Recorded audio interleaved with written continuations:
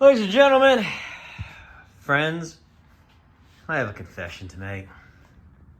I'm running out of shop space. You know, you need your child's sled. I don't have any trees, but I've got 3 rakes. Oh, you know, over here, I got this giant TV. I got all this leftover wood from when they built my house. Why did I save that? Why? Over here. Oh, we do need the acetylene torch sometimes, but again, some camping supplies. A giant ladder. Lots of wood. Camper parts. Now look at this.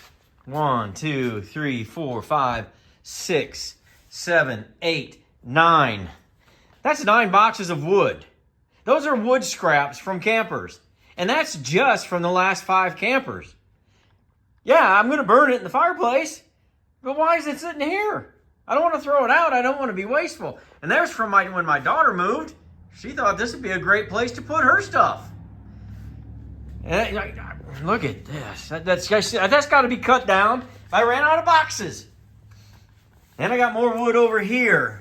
And then I've got some leftover flooring from my house. I've got some leftover tin. I've got some parts and pieces for campers. I got some stuff I'll never even use on a camper, and I'm not sure why I have it. I can't even see it because it's covered up here. Oh, my goodness, then. Yeah, we use most of this, but a lot of this has to go. A lot of it has to go. How many vents do I need? I don't even use vents. I hate vents in campers. You know, I got some lights here. I've got a cooler. I'm not sure what's in that. I don't know. There's a sleeping bag. There's a cooler. There's something in that drawer. That's camper stuff. That's fair enough. There's a parts washer. We don't wash parts. Look at this. This is for fishing. I don't have a boat anymore. So, friends, I've got to do something.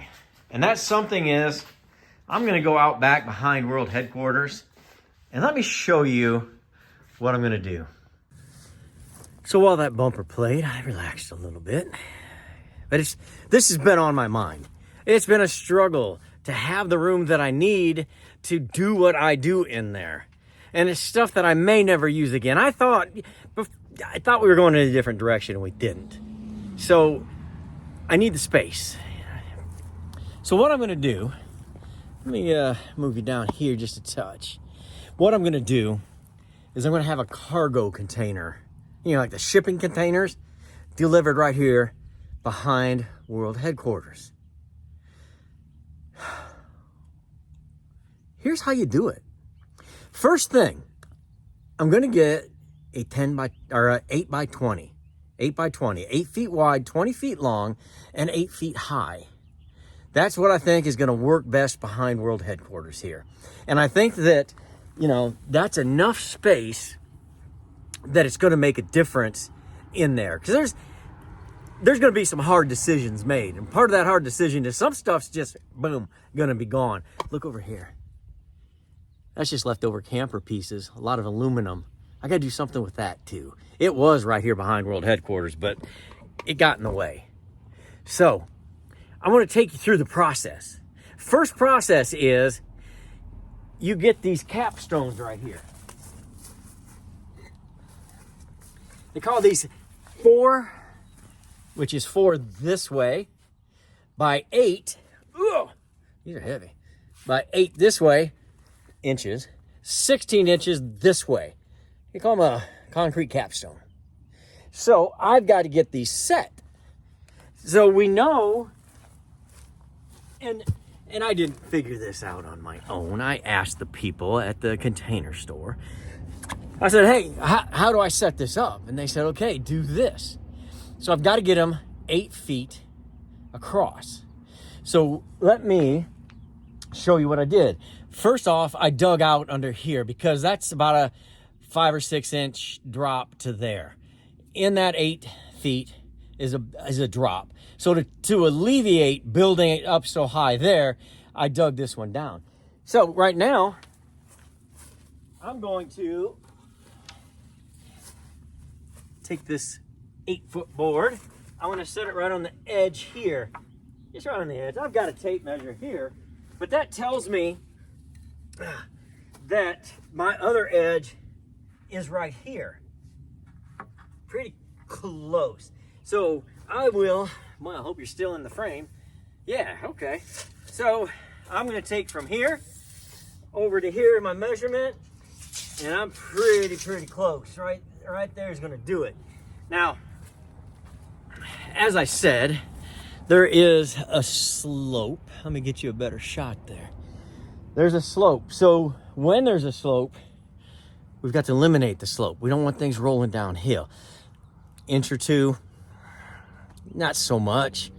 More than that, yeah, we want to get real close. So I'm going to take my board right here, and I'm going to set it right on top there. I'm going to get my 4-foot level, and I'm going to see if I'm level. Woo, dogs. That's bubbled on. So when I dug that out, I did a pretty good job on it. So now I've got to take this other capstone here and set it right there.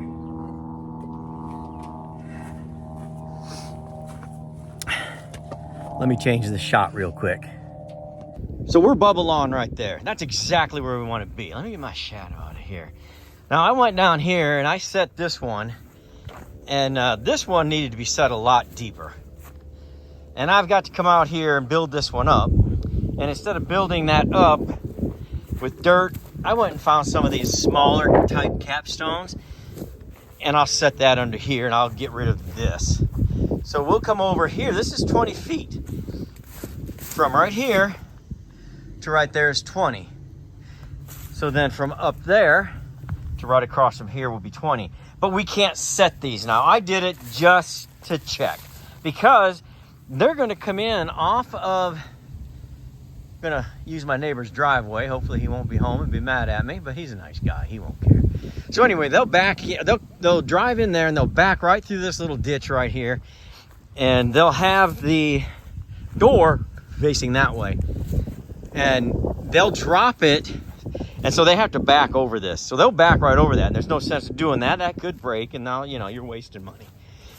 So what he'll do on the roll-off wrecker is he'll boop, boop, boop, and drop it right on the edge there. He'll have it perfectly set right on the edge. Then he'll pull up a little bit. Now keep pulling up, and then probably about, every 6 feet or so, right here, we'll take another capstone and we'll lay it this way. Then he'll beep, beep, beep. He'll come forward a little bit. We'll put another one on that side. At least 2 extra on this side, maybe 3. And because we're only looking at 20 feet. And then we'll relay these right here. And then he'll just drop it right there, and that's where it's going to set.